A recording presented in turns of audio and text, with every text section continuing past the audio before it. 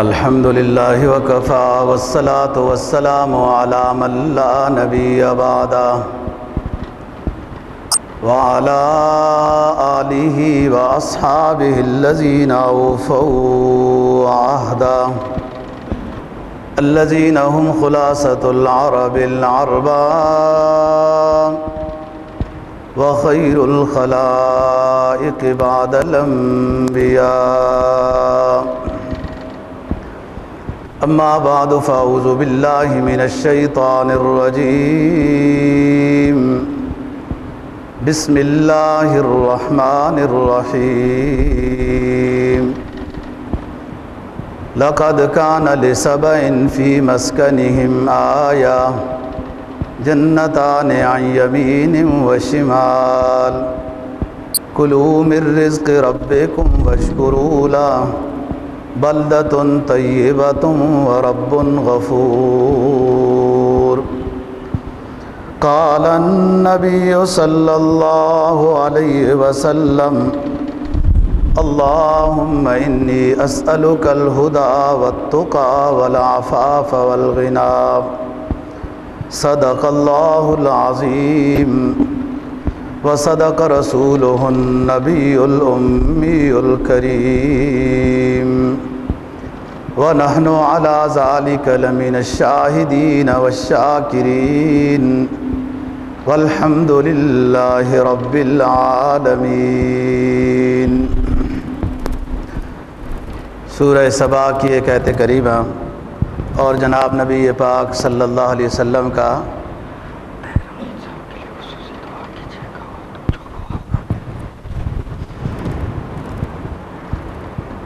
سورہ سبا کی ایک آیت کریمہ اور جناب نبی پاک صلی اللہ علیہ وسلم کا ایک فرمان تلاوت کیا ہے، جس کے اندر قوم سبا کا ذکر ہے۔ فرمایا کہ ہم نے قوم سبا کی رہائش میں نشانی رکھی ہے، جنتان عن یمین و شمال، ان کے دائیں اور بائیں دونوں طرف باغات تھے۔ اللہ تعالیٰ کی طرف سے انہیں حکم تھا کلوا من رزق ربکم واشکروا لہ، کھاؤ پیو اور اللہ کا شکر بجا لاؤ، پاکیزہ علاقہ ہے تمہارا اور رب تمہارا مغفرت کرنے والا، بخشش کرنے والا ہے۔ نبی پاک صلی اللہ علیہ وسلم کے ارشاد کا مفہوم یہ ہے، آپ نے ایک دعائیہ جملہ ارشاد فرمایا کہ اے اللہ، میں آپ سے ہدایت کا سوال کرتا ہوں، پرہیزگاری کا سوال کرتا ہوں، والعفاف اور پاک دامنی کا سوال کرتا ہوں، والغنا اور مالداری کا سوال کرتا ہوں۔ گزشتہ جمعے پر حضرت سلیمان علیہ السلام کا واقعہ بیان کر رہے تھے۔ اللہ تعالیٰ نے حضرت داؤد علیہ السلام، حضرت سلیمان علیہ السلام کو خصوصی اپنے فضل و کرم سے نوازا تھا۔ جناب نبی پاک صلی اللہ علیہ وسلم کا فرمان ہے کہ صوم داؤدی بہت مبارک ہے، قیام داؤدی بہت مبارک ہے، شکر داؤدی بہت مبارک ہے۔ صوم داؤدی ایک دن وہ روزہ رکھتے تھے، ایک دن افطار کرتے تھے۔ قیام داؤدی یہ کہ آدھی رات آرام کرتے تھے اور آدھی رات کے بعد اٹھ کر عبادت کرتے تھے۔ شکر داؤدی یہ کہ ہر وقت اللہ رب العزت کا شکر بجا لاتے تھے۔ علماء تفسیر لکھتے ہیں کہ اپنی خلافت کے زمانے میں حضرت داؤد علیہ السلام پھرتے تھے ایسے علاقوں میں کہ جہاں ان کو لوگ نہیں جانتے ہوتے، تو پھر پوچھتے تھے کہ آپ کے جو بادشاہ ہے وہ کیسا آدمی ہے، جو نہیں جانتے ہیں ان کو، تو وہ تعریف کرتے کہ بہت اچھا آدمی ہے، بہت عدل والا ہے، انصاف والا ہے، پھر اللہ کا شکر بجا لاتے۔ یہ وہ جماعت تھی جن کو آخرت ہر وقت یاد تھی، اور اسی فکر میں تھے کہ کہیں بے انصافی نہ ہو جائے، غلطی نہ ہو جائے۔ حالانکہ اللہ کے پیغمبر ہیں، معصوم ہیں، لیکن امت کی روحانی رہبری کی بھی فکر ہے، اور ظاہری جسمانی غذا وغیرہ عدل و انصاف کے لحاظ سے بھی وہ فکر مند تھے۔ ان کے بعد حضرت سلیمان علیہ السلام کو اللہ نے ان کا جانشین بنایا، نبوت کی وراثت عطا کی، اور خصوصی حکومت دی، جس پر پچھلے جمعے پر میں گزارش کر رہا تھا۔ فرمایا غدوہا شہر ورواحها شہر وَأَصَلْنَا لَهُ عَيْنَ الْقِطْرِ۔ ہم نے سلیمان علیہ السلام کو ایسا تخت عطا کیا تھا کہ جو ایک صبح سفر کرتا تھا 1 مہینے کی مسافت جتنا، اور ایک شام کو وہ سفر کرتا تھا تخت سلیمانی 1 مہینے کی مسافت جتنا۔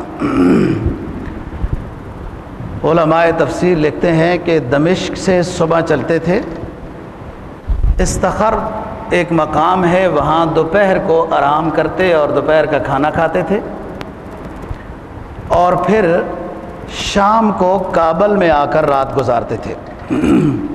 یہ 2 مہینے کا سفر ہے اس وقت کے لحاظ سے، جو ایک صبح اور ایک شام کے سفر میں یہ طے ہوتا تھا۔ اور ہوا تخت سلیمانی کو لیے پھرتی تھی، جدھر حکم ہوتا تھا اتر جانے کا ادھر اتر جاتی تھی، اور جتنی مرضی ہوتی تھی سلیمان علیہ السلام کی اپنے ساتھ افراد لے جانے کی اتنے لے جاتے تھے۔ یہ کوئی ایسا تخت سلیمانی نہیں تھا کہ لوڈ زیادہ ہو گیا ہے تو اتر جاؤ، یہ معجزہ تھا اللہ رب العزت کا۔ فرمایا غدوہا شہر ورواحها شہر وَأَصَلْنَا لَهُ عَيْنَ الْقِطْرِ، اور ہم نے ان کو تانبے کا چشمہ عطا کیا تھا۔ والد حضرت داؤد علیہ السلام کو اللہ تعالیٰ نے معجزہ عطا کیا تھا کہ ان کے لیے لوہے کو موم بنا دیا تھا، آگ سے پگھلانے کی ضرورت نہیں تھی، جیسے مرضی ہے چاہیں جو چیز بنا لیں۔ بیٹے کو اللہ نے یمن کے اندر ایک چشمہ جاری کیا اللہ رب العزت نے، جو تانبے بہتا تھا اس میں، اور جو چیز بنانا چاہتے تھے آسانی سے وہ حکم دیتے بن جاتی تھی۔ فرمایا وَأَصَلْنَا لَهُ عَيْنَ الْقِطْرِ، تانبے کا چشمہ ان کے تابع کر دیا۔ وَمِنَ الْجِنِّ مَن يَعْمَلُ بَيْنَ يَدَيْهِ بِإِذْنِ رَبِّهِ وَمَن يَزِغْ مِنْهُمْ عَنْ أَمْرِنَا نُذِقْهُ مِنْ عَذَابِ السَّعِيرِ۔ ہم نے ان کے جنات بھی تابع کیے، ان کے حکم سے کام کرتے تھے، اور جو نافرمانی کرتے تھے پھر ان کو سزا بھی ہوتی تھی۔ يَعْمَلُونَ لَهُ مَا يَشَاءُ مِن مَحَارِيبَ وَتَمَاثِيلَ وَجِفَانٍ كَالْجَوَابِ وَقُدُورِ الرَّاسِيَاتِ اعْمَلُوا آلَ داؤد شُكْرًا وَقَلِيلٌ مِّنْ عِبَادِيَ الشَّكُورُ۔ بڑے بڑے کارنامے یہ جنات سر انجام دیتے تھے۔ حوض جتنی بڑی بڑی دیگیں بناتے تھے، بڑے بڑے دیگچے بناتے، ٹپ بناتے تھے یہ جنات بڑے بڑے پتھروں کے، اور بھی دیگر بہت کام کرتے تھے۔ جیسے سلیمان علیہ السلام حکم دیتے، بس اللہ کی طرف سے ان تمام نعمتوں کا جو حق ادا کرنے کے لیے کہا گیا، وہ فرمایا اعملوا آل داؤد شکرا وقلیل من عبادی الشکور، کہ آپ شکر بجا لاؤ۔ انہی جنات سے آپ نے ابتدائی حکومت میں ہی مسجد بیت المقدس کی تعمیر شروع کرائی تھی، جو حضرت سلیمان علیہ السلام کے 40 سالہ حکومتی دور میں 36 سال تک یہ مسجد تعمیر ہوتی رہی۔ کل حکومت کا زمانہ ان کا 40 سال ہے۔ بڑے بڑے دور دراز سے عمدہ پتھر، ہیرے جواہرات، اور جو اس وقت کے لحاظ سے قیمتی پتھر تھے ان سے حضرت سلیمان علیہ السلام نے اس مسجد کی تعمیر کی، اور سونے اور چاندی کا اس مسجد میں بہت کام کیا گیا ہے۔ بڑی تعمیر آپ کے زمانہ حیات میں ہی ہو گئی تھی۔ جیسے ایک تعمیر انسان کرتا ہے تو لازمی چیز پہلے تیار کر لیتا ہے، پھر اس کی چھوٹے چھوٹے کاموں کی طرف توجہ دیتا ہے، اسی طریقے سے حضرت سلیمان علیہ السلام کے زمانہ حیات میں تعمیر مسجد بیت المقدس کی مکمل ہو گئی تھی۔ آپ نے ایک بہت بڑی دعوت بھی کی تھی، اللہ کا شکر بجا لایا کہ اللہ آپ نے مجھ سے یہ اتنا بڑا کام لیا ہے کہ اپنا گھر اس وقت کے لحاظ سے یہ قبلہ تھا، یہ میرے ہاتھوں سے تعمیر کرایا ہے۔ ہزاروں جانور ذبح کیے اور دعوت کی ہے۔ ایک دعوت ان کی اور ہے، یہ دعوت اور ہے۔ ایک دعوت وہ تھی جو انہوں نے اللہ تعالیٰ سے یہ درخواست کی تھی کہ میں 1 سال آپ کی ساری مخلوق کو کھانا کھلانا چاہتا ہوں، تو اللہ تعالیٰ نے قبول نہیں کیا کہ کیسے کر سکتے ہو سلمان آپ؟ کہا اللہ پاک آپ اجازت دے دیں، کہا نہیں اجازت۔ پھر عرض کیا کہ چلو 1 سال ہو جائے، 1 مہینہ ہو جائے، فرمایا نہیں، 1 ہفتے کی اجازت چاہی کہ 1 ہفتہ میں آپ کی ساری مخلوق کی دعوت کرنا چاہتا ہوں، تو اللہ تعالیٰ نے اجازت نہیں دی۔ 1 وقت کی اجازت پھر چاہی تو اللہ نے دے دی۔ 1 وقت کی دعوت پورے مخلوق کی جو کھانا کھاتی ہے، اور کئی مہینوں تک یہ دعوت پکتی رہی۔ جب اپنی مرضی سے دعوت تیار ہو گئی، ہوائیں چلتی رہی کہ یہ کھانے خراب نہ ہو جائیں۔ جب یہ مکمل دعوت اپنی مرضی سے تیار کر چکے، جو ہزاروں میل لمبے صحراؤں میں یہ کھانے تیار کیے گئے، تو اللہ تعالیٰ سے پھر درخواست کی کہ یار اب کھانا تیار ہو گیا، اب مخلوق جو ہے وہ اس کو بلانا چاہیے کہ کھانا کھائے۔ تو اللہ تعالیٰ نے فرمایا کہ کس مخلوق سے میں شروع کروں؟ تو کہا حضرت جیسے آپ کی مرضی ہے۔ بہرحال سمندری مخلوق سے، بحر قلزم سے اللہ تعالیٰ نے صرف ایک مچھلی کو حکم دیا کہ جاؤ میرے پیغمبر نے دعوت تیار کی ہے وہ کھاؤ۔ ایک مچھلی، حالانکہ ساری کائنات کی دعوت تھی، اس ایک مچھلی نے سب کچھ صفایا کر دیا، صحیح سنت کے ساتھ دیگیں بھی صاف کر دی، اور پھر سلیمان علیہ السلام کے سامنے منہ کھول کر کھڑی ہو گئی کہ کھانا لاؤ، آپ نے دعوت کی ہے۔ تو انہوں نے کہا سب کچھ آپ کھا گئی ہیں اور پھر بھی ابھی تک سیر نہیں ہوئی۔ تو کہا کہ اے سلیمان، یہ میرا ایک لقمہ ہے، دن میں مجھے اس طرح اللہ تعالیٰ 3 لقمے کھلاتے ہیں، اور آپ نے مجھے آج محروم کر دیا ہے۔ سلیمان علیہ السلام اللہ کے سامنے سجدہ ریز ہو گئے کہ یار اب یہ تیری مخلوق ہے جو بے شمار ہے، اور تو ہی رزاق ہے جو سب کو کھانا کھلا سکتا ہے۔ تو مچھلی نے کہا کہ کھانا لاؤ، دعوت کی ہے۔ بعض علماء نے اس سے ایک نقطہ لکھا ہے، مہمانوں کی قسمیں ہوتی ہیں۔ ایک قسم مہمانوں کی یہ ہے کہ جو بھی دے دیا انہوں نے چپ کر کے کھا لیا، صبر اور شکر ہے۔ ایک کسی کی مخصوص دعوت کی گئی، کئی دنوں پہلے اس کو کہا گیا آپ کی دعوت ہے، آپ کی دعوت ہے، آپ تشریف لائیں، آپ کی دعوت ہے۔ جب یہ بندہ کھانا کھانے کے لیے گیا تو اس نے اچار اور ابلے ہوئے چاول رکھ دیے کہ یہ دعوت ہے۔ تو یہاں مہمان کو بولنے کی بھی اجازت ہے کہ اتنے مہینے سے دعوت کا شور مچایا ہوا ہے، دعوت کہاں ہے وہ لے کر آؤ، تاکہ آئندہ کسی کو یہ تکلیف ہی نہ دے۔ بھائی جب دعوت نہیں کر سکتے ہو تو کس نے مجبور کیا ہے؟ ایک مہمانوں کی قسم تو یہ ہے خاموش، جو بھی ہو گیا صبر ہے اور شکر ہے۔ مچھلی نے دوسری قسم پر عمل کیا ہے کہ اے سلیمان آپ نے دعوت کی ہے، میں ابھی بھوکھی ہوں اور کھانا لاؤ۔ وہ اللہ کے سامنے سجدے میں گر گئے کہ یا اللہ میں تو نہیں کھلا سکتا اور مجھ سے غلطی ہو گئی۔ ابھی اللہ نے اور مخلوق کو بلایا ہی نہیں تھا، اللہ کو معلوم تھا کہ یہ کھانا پورا نہیں ہو سکتا۔ یہ دعوت اور ہے جو مسجد بیت المقدس کی تعمیر کے بعد حضرت سلیمان علیہ السلام نے دعوت کی ہے۔ یہ عام دعوت تھی جو اس وقت کے قریب لوگ تھے اللہ کا شکر بجا لانے کے، جو بھی اچھائی سامنے آئے اس پر دعوت کرنا جو بھی ساتھی ہوں ان کو اس میں مدعو کرنا یہ اچھی بات ہے، یہ صدقہ ہوتا ہے، نظر بد سے بچاؤ کا سامان ہوتا ہے اس میں۔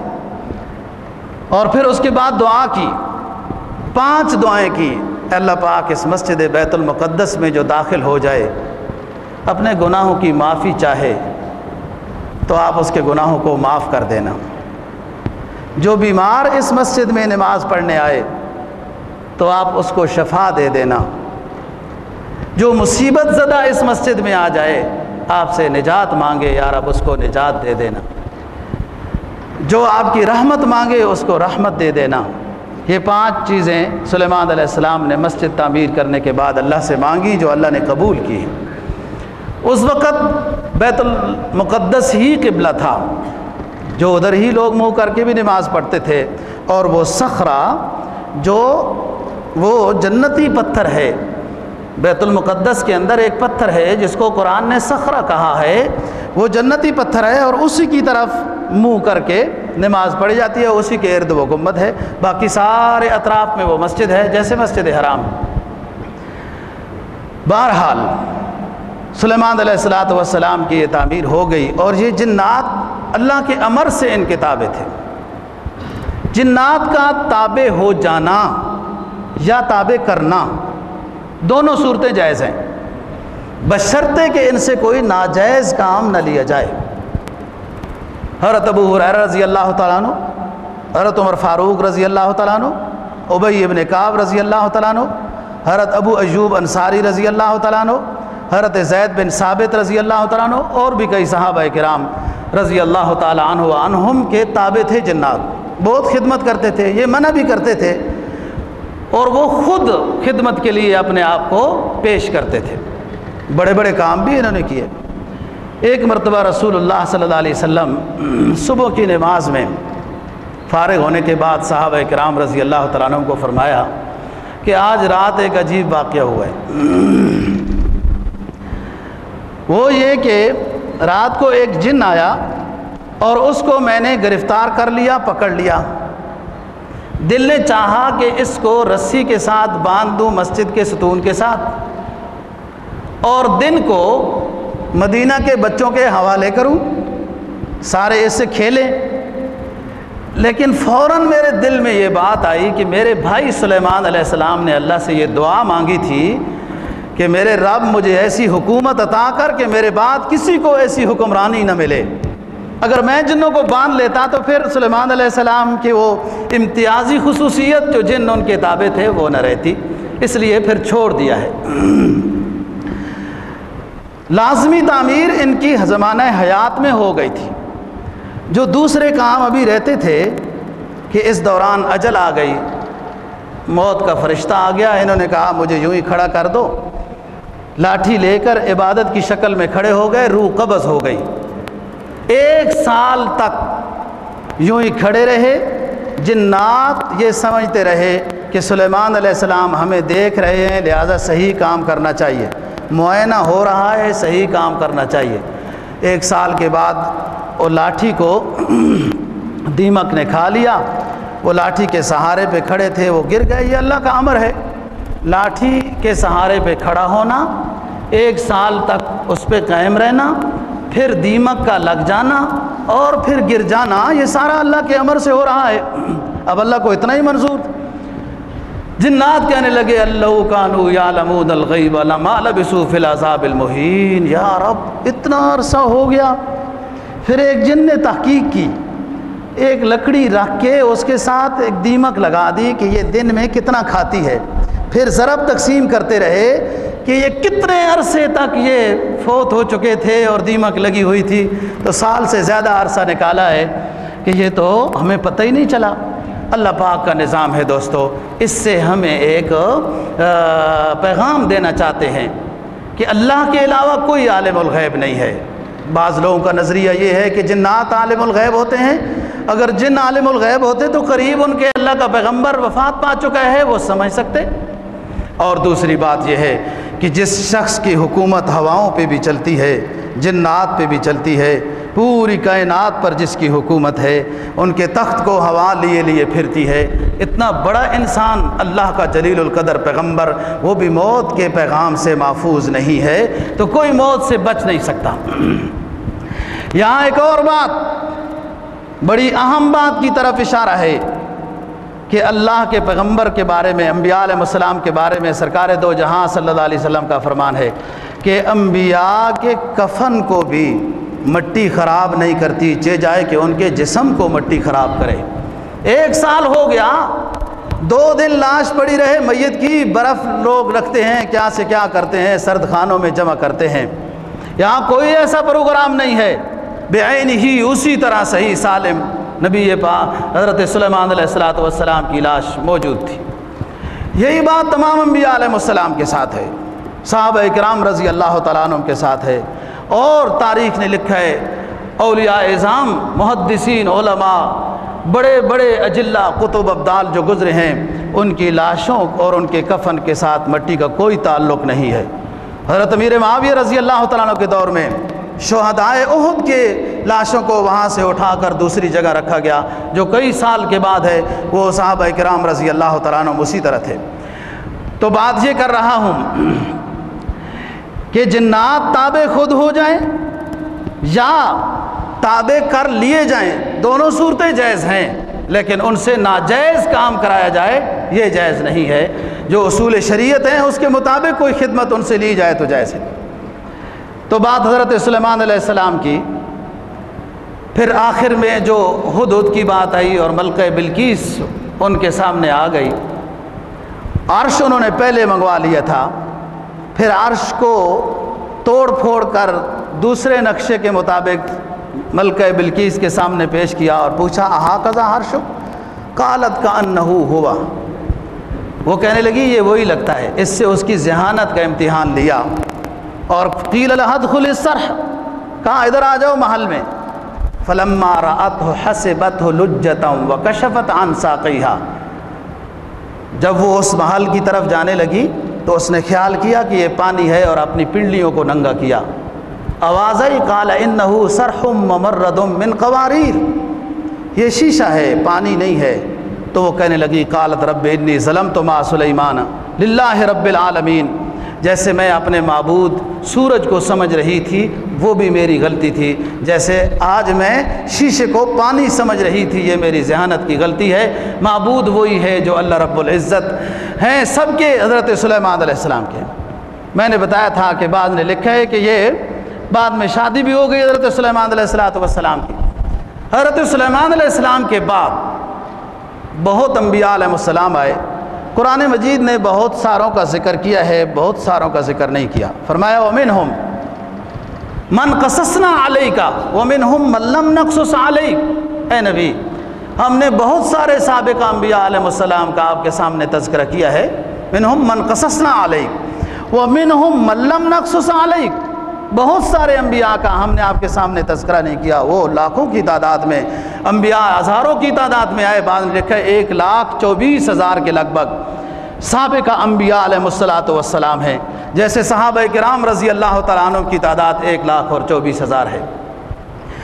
آرمیہ آپ کے بعد ایک پیغمبر آئے ہیں، پھر اس کے بعد ایک شاہ یا ایک پیغمبر آئے ہیں علیہ السلام، اور پھر اس کے بعد ایک پیغمبر حضرت دانیال علیہ السلام ہیں۔ یہ قوم سبا جس کی بادشاہ تھی ملکہ بلقیس، جس کو قرآن نے کہا لَقَدْ كَانَ لِسَبَإٍ فِي مَسْكَنِهِمْ آیَةٌ، کہ ان کی رہائش میں نشانی تھی کہ اللہ تعالیٰ نے جنت کا منظر ان کی رہائش میں ظاہر کیا ہوا تھا۔ بہت بتایا جاتا ہے کہ قوم سبا کی طرف 13 انبیاء علیہ السلام یکے بعد دیگر آئے ہیں، اور ایک زمانے تک یہ صحیح العقیدہ رہے، اللہ کا شکر بجا لاتے رہے، لیکن جب انبیاء کا سلسلہ ٹوٹا اور پھر اس کے بعد کوئی مبلغ بھی نہیں رہے تو قوم بگڑ گئی ہے۔ حضرت دانیال علیہ السلام کا دور جو آیا، یہ بخت نصر کے زمانے کے ساتھ ان کا دور آیا ہے۔ بخت نصر کا دور یہ حضرت عیسیٰ علیہ السلام سے پہلے کا ہے، اور اس نے بنی اسرائیل کے اوپر کئی مرتبہ حملہ کیا ہے اور بیت المقدس کو اس نے اپنے زیر تسلط کر لیا تھا۔ قرآن مجید نے بتایا نا وَقَضَيْنَا فَلَمَّا جَاءَ وَعْدُ أُولَاهُمَا بَعَثْنَا عَلَيْكُمْ عِبَادًا لَّنَا أُولِي بَأْسٍ شَدِيدٍ فَجَاسُوا خِلَالَ الدِّيَارِ وَكَانَ وَعْدًا مَّفْعُولًا، کہ بنی اسرائیل کے ساتھ یہ وعدہ تھا، سورہ بنی اسرائیل کا پہلا رکوع ہے کہ صحیح درست ہو کر رہو، اللہ والے بن کر رہو، تمہارے اوپر کوئی غلبہ نہیں حاصل کر سکے گا، لیکن اگر دور ہو گئے شریعت سے اور اسلام سے، اس وقت کی ہدایات سے دور ہو گئے تو پھر تمہارے اوپر میں اپنے دشمنوں کو مسلط کر دوں گا۔ سب سے پہلے بنی اسرائیل کے اوپر ایک مصر کا بادشاہ غالب آیا، پھر کچھ عرصے بعد یہ ٹھیک ہو گئے، پھر دوبارہ مصر کے بادشاہ نے ان کے اوپر حملہ کیا اور بیت المقدس کو اپنے قبضے میں لیا، پھر کچھ عرصے بعد یہ ٹھیک ہو گئے، پھر بخت نصر نے حملہ کیا، پھر انہی کے بندے کو وہاں مقرر کیا، بہرحال انہوں نے اس بندے کو ختم کیا، چوتھی مرتبہ پھر بخت نصر نے حملہ کیا اور بیت المقدس کے ہیرے جواہرات، وہ قیمتی پتھر، سونا چاندی سارا اٹھا کے لے گیا، جو لکھتے ہیں 1,70,000 سواریوں کے اوپر یہ سلیمان علیہ السلام نے جو تعمیر کی تھی، اس میں جو قیمتی پتھر، ہیرے جواہرات، سونا چاندی لگایا گیا تھا، یہ شخص لے کر چلا گیا بابل میں۔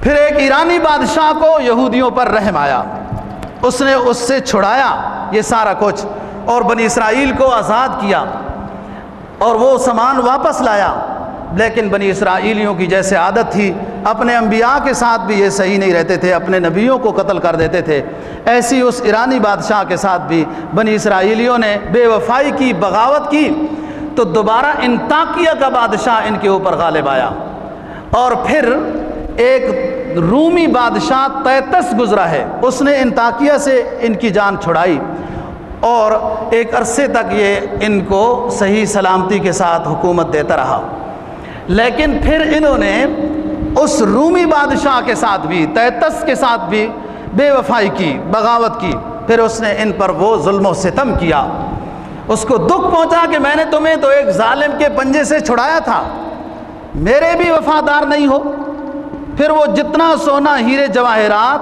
بخت نصر سے واپس لائے گئے تھے وہ سارے یہ لوٹ کر چلا گیا۔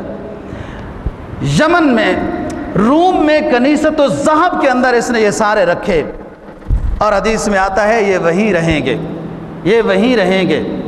قرب قیامت میں جب امام مہدی رحمہ اللہ تعالیٰ کا ظہور ہوگا تو پھر وہ جو ہیرے جواہرات، سونا چاندی وہ تیتس کنیست الذہب میں لے گیا تھا وہ واپس لائیں گے، اور پھر دوبارہ بیت المقدس مسجد کی صحیح تعمیر کی جائے گی جیسے حضرت سلیمان علیہ السلام نے کی۔ جب تیتس نے، میں بتانا یہ چاہتا ہوں کہ یہ یہودی، ان کا علاقہ تو یہ ہے، شام ہے، کنعان ہے، فلسطین ہے، یہ علاقہ ہے، یہ مدینہ میں کیسے آباد ہو گئے؟ بنو قریظہ، بنو نذیر، بنو قینقاع، بنو حارث، یہ یہودیوں کے قبائل ہیں، مدینہ طیبہ میں کیسے آباد ہو گئے؟ تو جب تیتس نے ان کے اوپر ظلم کیا اور انہیں مارا تو اس وقت یہ بھاگے یہاں سے، بعض تو مر گئے، بعض کہیں گئے۔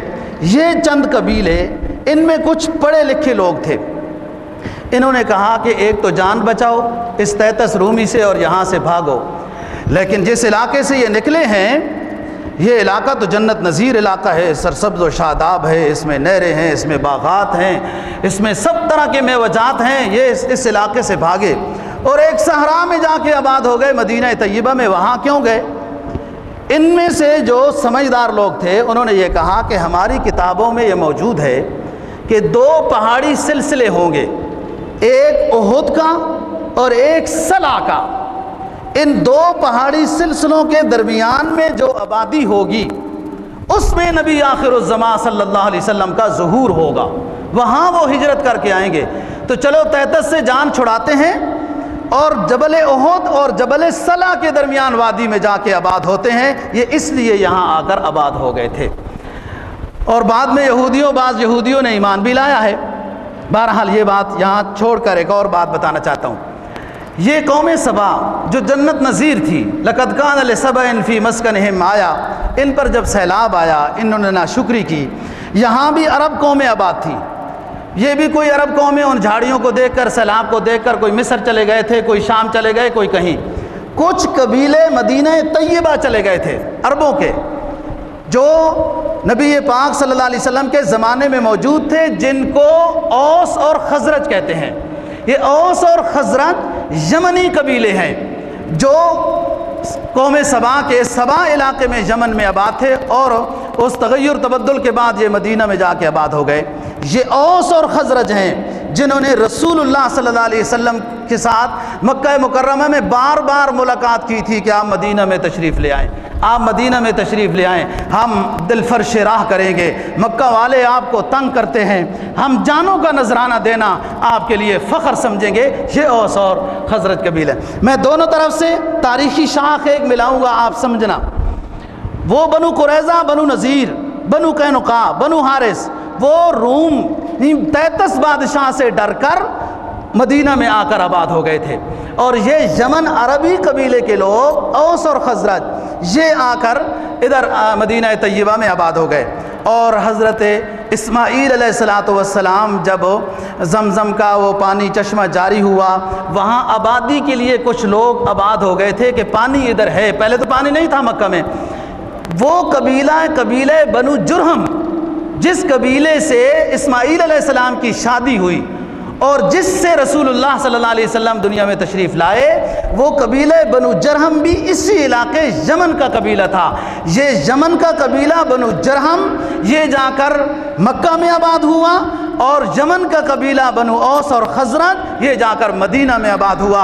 ادھر بھی مدد کرنے والے مکہ میں وہ یمنی لوگ تھے، اور ادھر بھی رسول پاک صلی اللہ علیہ وسلم کے ساتھ امداد کرنے والے، نصرت کرنے والے وہ بھی یمنی قبیلے کے لوگ تھے۔ یہی وجہ ہے سرکار دو جہاں صلی اللہ علیہ وسلم نے طواف کرتے وقت فرمایا تھا، رکن یمانی پر کھڑے ہو کر اللہ یمن والوں پر رحم کرے، ایمان ہے تو یمن والوں کا ہے، حکمت اور فراست ہے تو یمن والوں کا ہے۔ حدیث میں آتا ہے 70,000 فرشتے ہر وقت رکن یمانی کے اوپر چمٹے رہتے ہیں، جو شخص بھی رکن یمانی پر دایاں ہاتھ لگا کر جو دعا کرے فوراً دعا قبول ہوتی ہے، وہ فرشتے آمین کہتے ہیں۔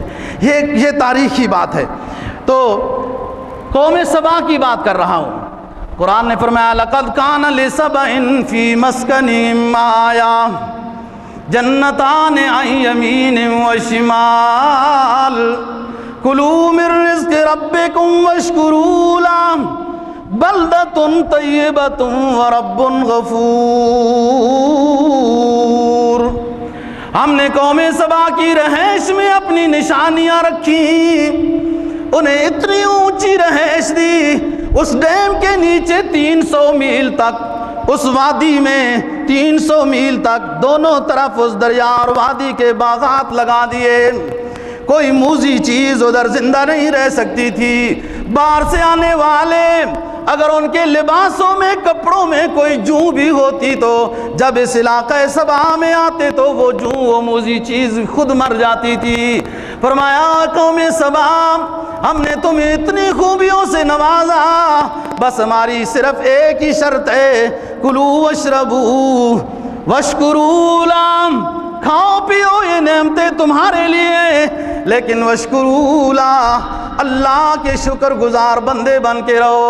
بلدۃ طیبہ، کتنا مبارک رہائش عطا کیے، فروٹ ہی فروٹ عطا کیے، باغات دیے، موسم خوشگوار بنایا، ورب غفور، جو عطا کرنے والا ہے رب وہ معاف بھی کرنے والا ہے، کہیں غلطی ہو جائے تو اس کی طرف متوجہ ہو جاؤ۔ تو بات یہ کر رہا تھا کہ بنو قریظہ، بنو نذیر یہ شام سے بھاگے اور مدینہ میں آباد ہوئے اس بشارت کو سن کر۔ قوم سبا کا جو سردار گزرا تھا اس نے اشعار میں بڑا کلام کیا ہے، ہمارا مختصر وقت ہے، اس نے اشعار میں بڑا کلام کیا ہے، اور آخر میں اس نے اپنے اشعار میں جو جناب نبی پاک صلی اللہ علیہ وسلم سے کم از کم 1000 سال پہلے اس نے یہ کلام کیا ہے، اس نے اپنے اشعار میں آخر میں نبی پاک صلی اللہ علیہ وسلم کی بشارتیں عطا کی ہیں کہ ایسا نبی آخر الزمان آئے گا، ایسا اس کا علاقہ ہوگا۔ وہ اس کی قوم اسی لیے وہاں جا کر آباد ہو گئی تھی، مدینہ میں اوس اور خزرج۔ یہ جب گئے وہاں یہودی بنو قریظہ اور بنو نذیر والے، ذہن میں تو یہ تھا سبق کہ وہاں نبی آخر الزمان صلی اللہ علیہ وسلم کا ظہور ہوگا، اور وہاں جب رہنے لگ گئے تو ابھی تک تو کوئی نبی نہیں آیا، یہ تو پہلے سے ہی وہاں آباد ہو گئے۔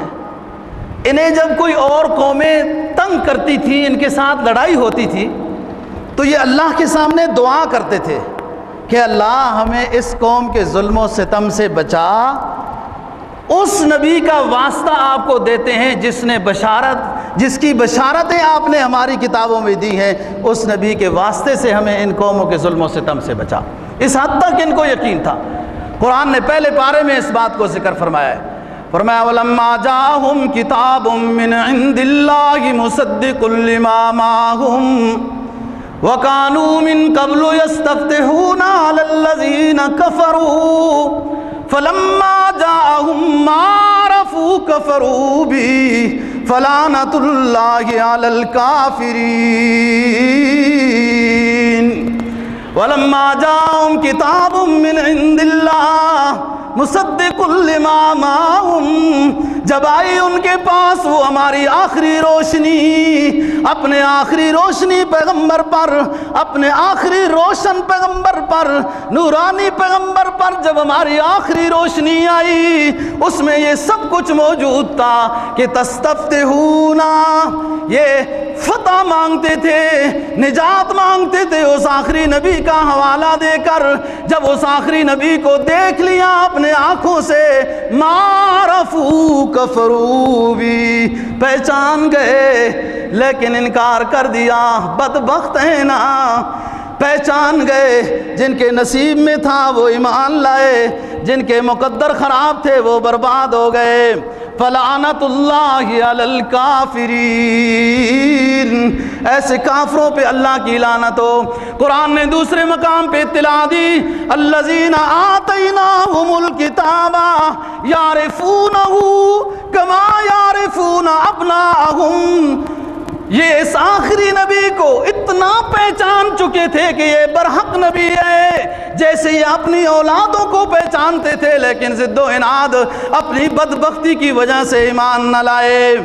یہ یہودی اس وجہ سے شام اور اپنا علاقہ چھوڑ کر مدینہ میں، بعض یہودی بعض کتابوں میں یہ لکھتے ہیں کہ نبی پاک صلی اللہ علیہ وسلم کے بعد صحابہ کرام میں حضرت عمر فاروق رضی اللہ تعالیٰ عنہ نے جلا وطن کیوں کیا تھا مدینہ طیبہ سے؟ او مدینہ طیبہ تو تمہارا علاقہ ہی نہیں تھا، جو تمہارا علاقہ تھا ادھر تمہیں جلا وطن کیا ہے کہ ادھر جاؤ؟ خود بھاگ کر آئے تھے، مدینہ میں آباد ہوئے تھے کہ آخری نبی پر ایمان لائیں گے۔ جب آخری نبی کا ظہور ہوا اور دیکھ لیا تو پھر ہٹ درم بن گئے۔ تو قرآن نے قوم سبا کی بات کہی اور کہا، لکھا ہے کہ دونوں طرف سے باغ سینکڑوں میل ٹوکری لے کر، کوئی ٹوکرا لے کر اپنے سر پر رکھ کر ویسے تھوڑی دیر باغ کے نیچے چلتا تھا تو ٹوکری خود باغوں کے میوجات گرنے سے بھر جاتی تھی۔ حکم یہ تھا کہ صرف اللہ کا شکر بجا لاؤ، ایک عرصے تک تو شکر بجا لاتے رہے، لیکن پھر کیا؟ فَأَعْرَضُوا فَأَرْسَلْنَا عَلَيْهِمْ سَيْلَ الْعَرِمِ وَبَدَّلْنَاهُمْ بِجَنَّتَيْهِمْ جَنَّتَيْنِ ذَوَاتَيْ أُكُلٍ خَمْطٍ وَأَصْلٍ وَشَيْءٍ مِّن سِدْرٍ قَلِيلٍ، ہم نے وہ باغات بدل دیے، یہ باغ بھی میوہ اللہ کے امر سے دیتے ہیں، وہ باغ بدل دیے، سیلاب لایا، جو پھل دیتے تھے وہ جھاڑیاں اور کانٹے دینے لگ گئے، وہ تھوڑے بہت کہیں جنگلی بیر ہوتے تھے، بہت سارے قبیلے یہاں سے چلے گئے۔ ان کو اللہ نے اتنا خصوصی نوازا تھا کہ یمن سے لے کر شام تک کا جو سفر ہے، راستے میں پورا راستہ یوں پرامن بنایا کہ جتنا انسان ایک چل سکتا ہے۔ اس کے بعد اللہ نے ایک اور بستی آباد کر دی، وہاں آرام کرتے تھے، انہیں کھانا ملتا تھا۔ پھر آگے چلتے، جب تھک جاتے ہیں انسان اتنا چل کر تو وہاں ایک اور بستی بنا دی اللہ تعالیٰ کی طرف سے، آرام کرتے رات کو، کوئی سفر کی تھکاوٹ ہی نہ ہوتی تھی۔ تو ہیں تو بنی اسرائیل کے قریب کے علاقے کے لوگ، قالوا ربنا باعد بین اسفارنا وظلموا انفسهم، ناشکری کی یہ حد ہوئی جیسے بنی اسرائیل نے کہا تھا اتستبدلون الذی هو ادنی بالذی هو خیر۔ موسیٰ علیہ السلام سے کہنے لگے یہ کیا بات ہے، ہر روز من و سلوہ آتا ہے، لگتا یہ ہے کہ اللہ پاک کے پاس جنت میں یہ وافر مقدار میں میوہ ہے، اس لیے اللہ یہی ہمیں ہر روز دیتا ہے، ہمیں دال چاہیے، پیاز چاہیے۔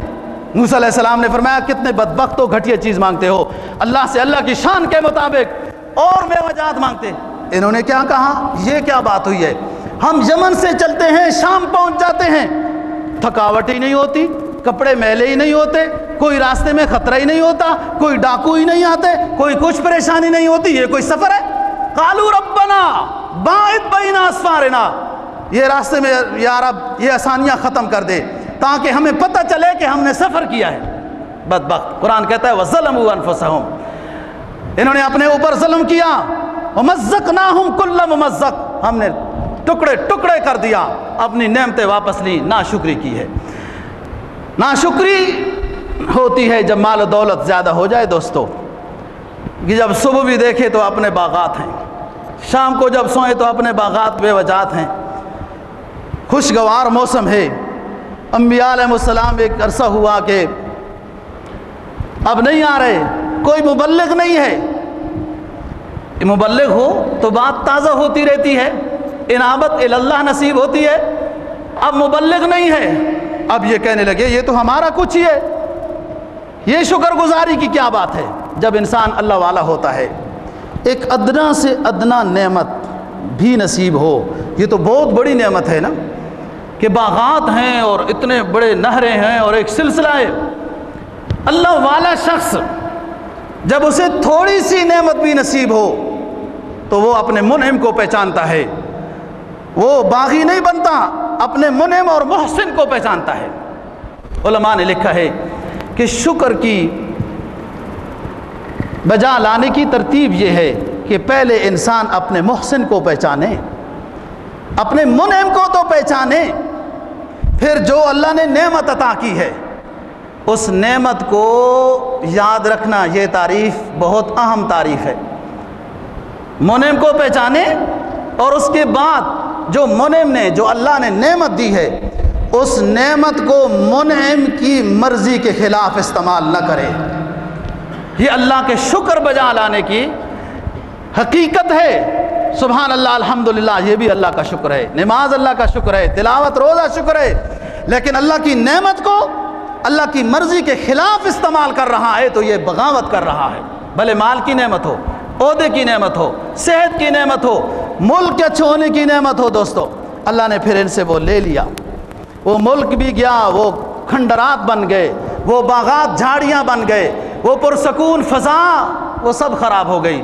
یہی حالت دوستو ہماری ہوئی ہے اور مزید ہو رہی ہے کہ جب ملک بنا، پاکستان بنا، ایک مقصد کے تحت بنا، تو آدھا ملک جدا ہو گیا ہماری ناشکری کی وجہ سے، اور یہ آدھا بھی دوسرا بس کوئی اللہ کے خصوصی فضل سے باقی ہے دوستو، ورنہ ہماری حالت ایسی نہیں ہے کہ یہ ملک باقی رہے۔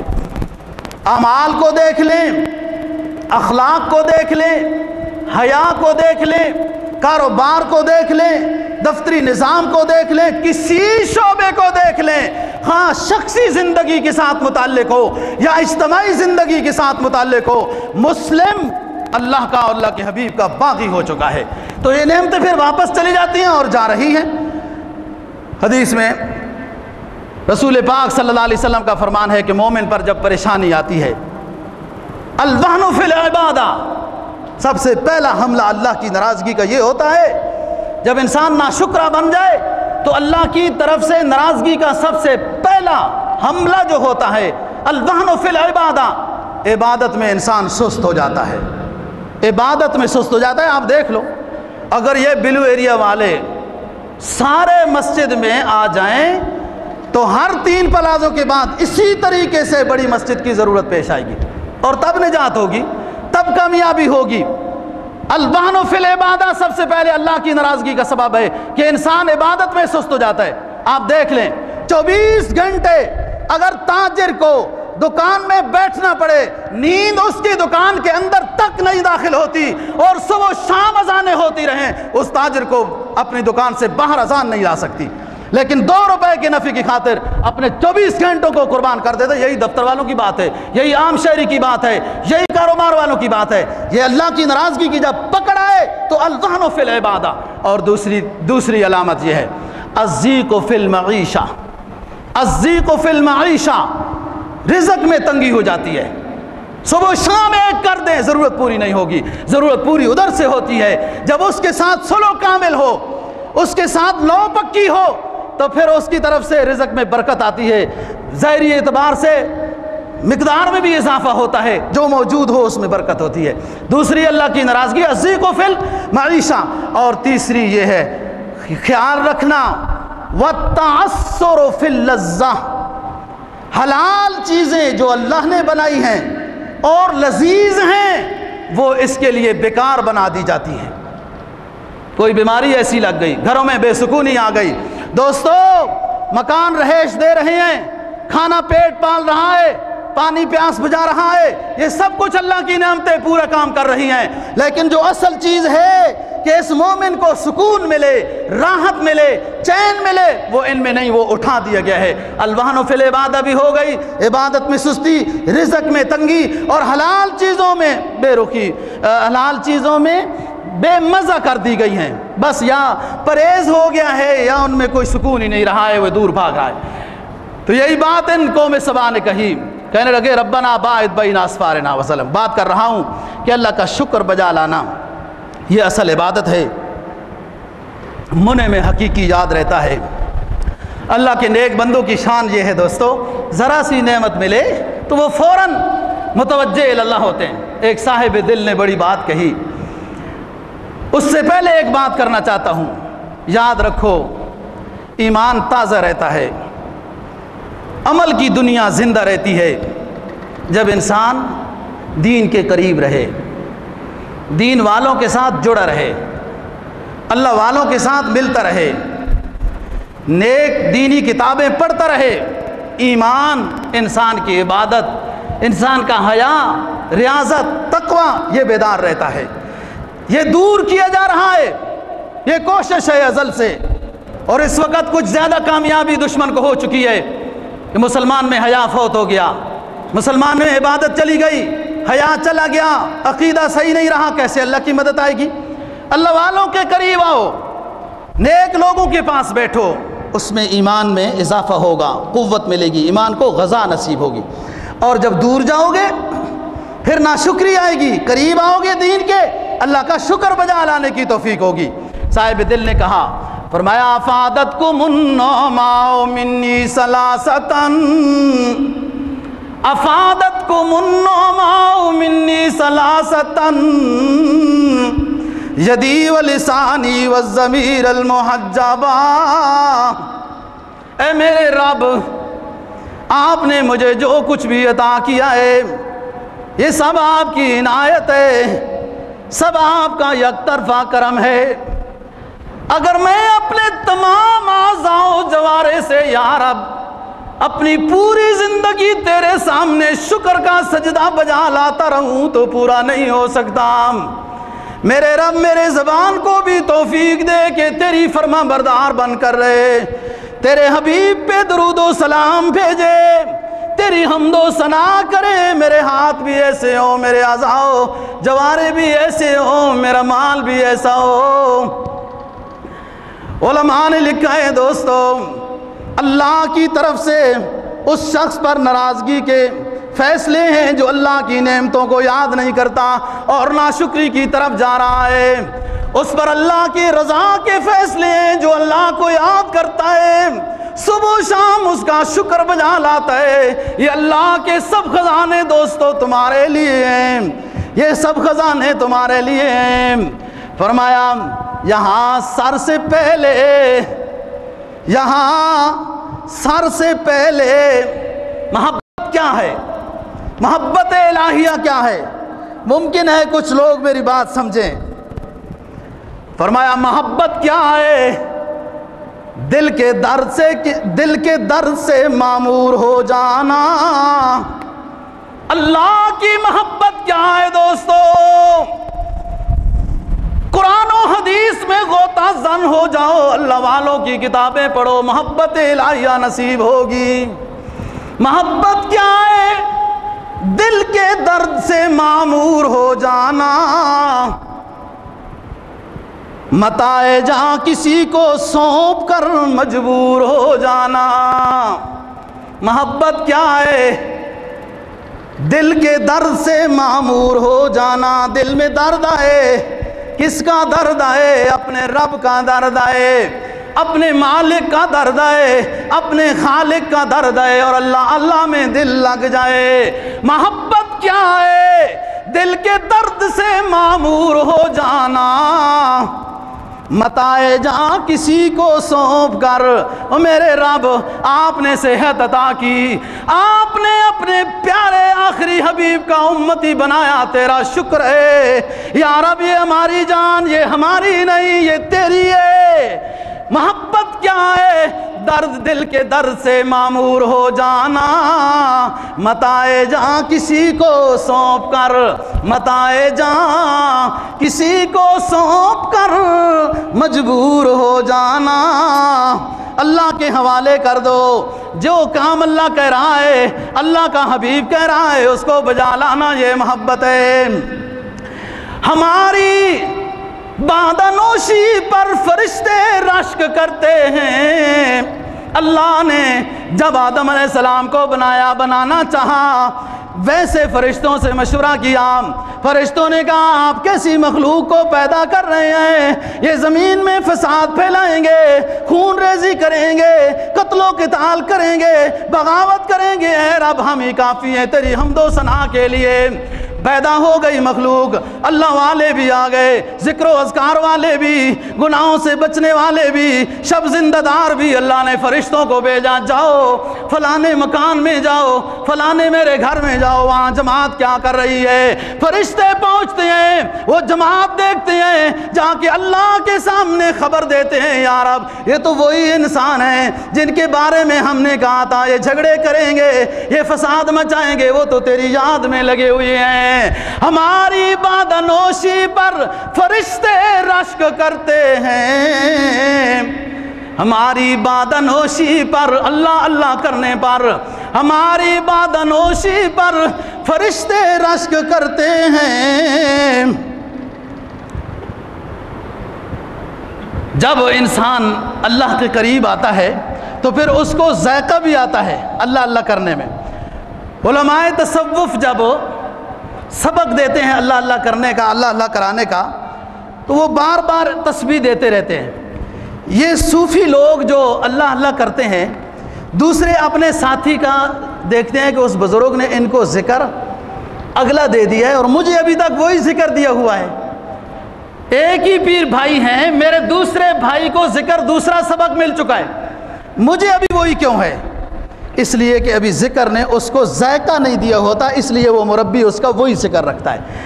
تو بات کر رہا ہوں، وہ کہتے ہیں ہماری بادنوشی پر فرشتے رشک کرتے ہیں، کسی کے سنگ در کو چوم کر مخمور ہو جانا۔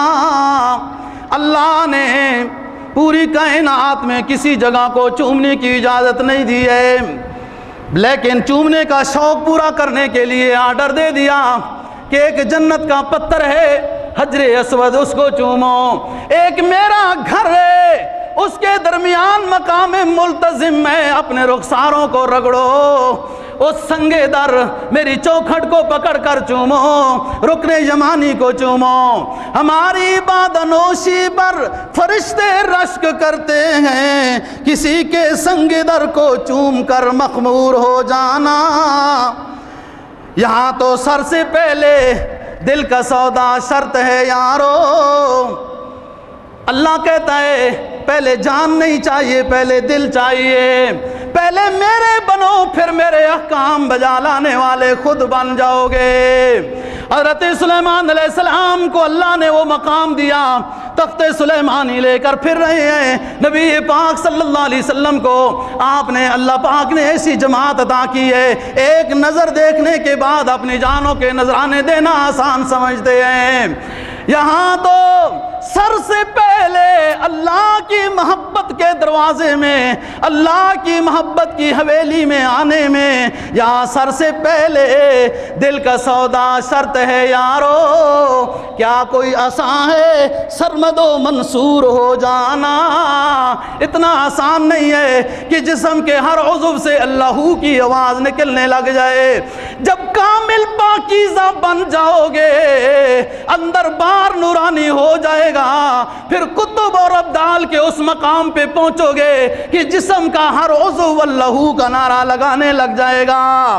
بسا لینا کسی کو دل میں، بسا لینا اللہ کو، بسا لینا کسی کو دل میں، یہ دل ہی کا کلیجہ ہے۔ بسا لینا کسی کو دل میں، دل ہی کا کلیجہ ہے۔ پہاڑوں کو تو بس آتا ہے جل کر دور ہو جانا۔ پہاڑوں پر جب اللہ نے تجلی ڈالی دوستو، وہ جل گیا، راگ ہو گیا، بے ہوش ہو گئے، لیکن اللہ پاک نے امت محمدیہ کو وہ مقام عطا کیا، فرمایا لا تدرکہ الابصار وہو یدرک الابصار وہو اللطیف الخبیر۔ تمہاری نگاہیں اس اللہ کو اس دنیا میں تو نہیں دیکھ سکتی، لیکن اس دنیا میں اللہ نے تمہیں دل ایسا دیا ہے، اس میں ایمان ایسا دیا ہے، اس دل میں اگر اللہ کو اور اللہ کے حبیب کو بسانا چاہو تو بس جائے گا۔ اللہ دین کی سمجھ اور عمل کی توفیق نصیب فرمائے۔ اپنے محبوب برحق کی تو خواب میں ہی زیارت کرا دے کبھی، مستحق تو نہیں میں اس اعزاز کا، فضل ہو جائے تیرا تو کیا بات ہے۔ اللہ تعالی ہمیں صحیح اسلام کی سمجھ اور عمل کی توفیق نصیب فرمائے۔ وآخر دعوانا الحمدللہ۔